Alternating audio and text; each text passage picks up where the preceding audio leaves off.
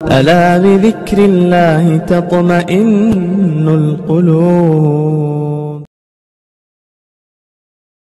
بزرگان محترم، آپ شاید سوچتے ہوں گے کہ ہر جمعہ میں یہی عنوان رہ گیا ہے جس پر بات کرتے ہیں، لیکن اس کی سنگینی اور اس کے جو خراب نتائج ہے، یعنی NRC کی جو نتائج ہیں وہ نہایت ہی بدترین نتائج ہیں۔ اور میرے اور آپ کے آقا نے فرمایا، جب تم کسی کو غلط کام کرتے ہوئے دیکھو، اگر تم میں طاقت ہے تو اس کا ہاتھ پکڑ لو اور اس کو وہ کام نہ کرنے دو۔ اگر یہ طاقت نہیں ہے تو پھر زبان سے کہہ دو کہ تم یہ کام نہیں کر سکتے، یہ کام غلط ہے۔ اور اگر اتنی بھی طاقت نہیں ہے تو پھر اس کو دل میں برا سمجھو کہ یہ شخص کام کر رہا ہے، یہ غلط ہے۔ یہ تین شکلیں۔ مطلب کیا ہے؟ مسلمانوں کے لیے یہ بات کافی نہیں ہے کہ وہ خود ظلم کرنے سے بچے رہیں، بھئی ہم ظلم نہیں کرتے، ہم اس سے بچے رہیں، یہ کافی نہیں ہے، بلکہ اس سے ایک قدم آگے بڑھاؤ۔ اپنی بھرپور طاقت اور قوت سے ظلم کو روکنا اور انسانیت کو ناانصافی سے بچانا ہر مومن، ہر مسلمان کے لیے ضروری ہے۔ قیامت کے دن صرف اپنی نماز کافی نہیں ہوگی، اپنا روزہ کافی نہیں ہوگا، اپنا زکوٰۃ، اپنی خیرات کرنا کافی نہیں ہوگا۔ اللہ تعالیٰ پوچھیں گے تمہارے گھر میں کتنے آدمی تھے، ان کو نمازی بنایا آپ نے یا نہیں، ان کو خیرات دینے والا بنایا یا نہیں، ان کو اللہ سے ڈرنے والا بنایا یا نہیں۔ معلوم ہوا کہ امر بالمعروف نہی عن المنکر، یعنی اچھی بات کی تلقین اور حکم دیتے رہو اپنے گھر والوں کو، اور بری بات سے روکتے رہو۔ یہ ہر انسان کا، ہر مومن کا فریضہ ہے۔ چنانچہ کسی برائی کا چرچا یا اس کا ذکر کر دینا کافی نہیں ہے۔ ہم چار آدمی مل کر بیٹھے اور کہا بھی محلے میں فلاں آدمی بڑا غلط ہے، اس کو روکنا چاہیے، اور وہ ہے نہیں سامنے یہاں، اور ہم میں طاقت نہیں ہے کہ اس کو روکے، تو یہ غیبت ہے۔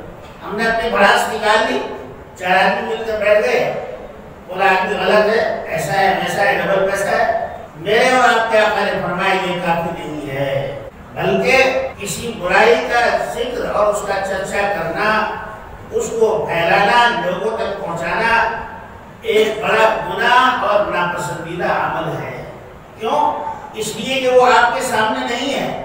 آپ اگر اس کے سامنے کہہ رہے ہیں تو پھر یہ درست ہے، اور اس کے پیٹھ پیچھے کہہ رہے ہیں تو یہ غیبت ہے۔ اسی لیے لوگوں کی کمزوریوں پر پردہ رکھنے کا حکم دیا گیا ہے۔ مجھ میں ہمت نہیں ہے کہ میں فلاں آدمی کو کہوں کہ تو ایسا کر رہا ہے، تو اس سے بہتر ہے کہ لوگوں میں کہنے سے بہتر ہے کہ میں اس کے لیے تنہائی میں دعا کروں، اے اللہ اس بندے کو تو ہدایت دے دے تاکہ یہ اچھا کام کرے، بجائے اس کے اس کو بدنام کرنا۔ یہ اللہ کے نزدیک برا ہے۔ ہمت ہے تو سامنے کہہ دو، ورنہ تنہائی میں اس کی خیر کے لیے دعا کرو، یہ اللہ کو زیادہ پسند ہے۔ چنانچہ اگر کسی انسان پر ظلم کیا جائے تو اس کو اس کے خلاف آواز بلند کرنی چاہیے، نہ یہ کہ انسان اپنے ہونٹوں پر مہر لگا لے، سیل کر دے، ڈر کی وجہ سے، خوف کی وجہ سے اپنا منہ بند کر لے، یہ بھی اللہ کو پسند نہیں ہے۔ اس ظلم کے خلاف آواز بلند کرنی چاہیے، اور مظلوم کو ظالم کے حوالے کر دے کہ وہ اس کے ساتھ جو چاہے سلوک کر دے، یہ درست نہیں ہے۔ جس پر ظلم ہو رہا ہے اس کا ساتھ دینا چاہیے، جیسا کہ آج ہمارے ملک میں ہو رہا ہے۔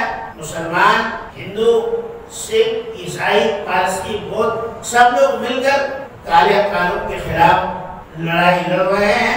یہ ایک بہتر طریقہ ہے، کیونکہ اگر ظالم کو نہ روکا جائے تو اس کے ہاتھ لمبے ہوتے چلے جاتے ہیں، اس کا حوصلہ بلند ہوتا چلا جاتا ہے، اور مظلوموں کی مظلومیت میں اضافہ ہوتا چلا جاتا ہے۔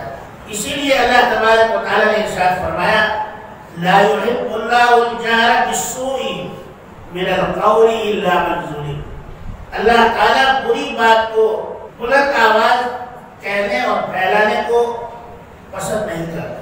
مثلا ایک آدمی شرابی ہے، ایک آدمی زناکار ہے، ایک آدمی چور ہے، اور ایک آدمی کوئی اور ظلم، اس کے اندر کوئی اور خرابی ہے، تو سب لوگوں میں اس کی بات کو پھیلا دینا یہ اللہ تعالیٰ کو پسند نہیں ہے۔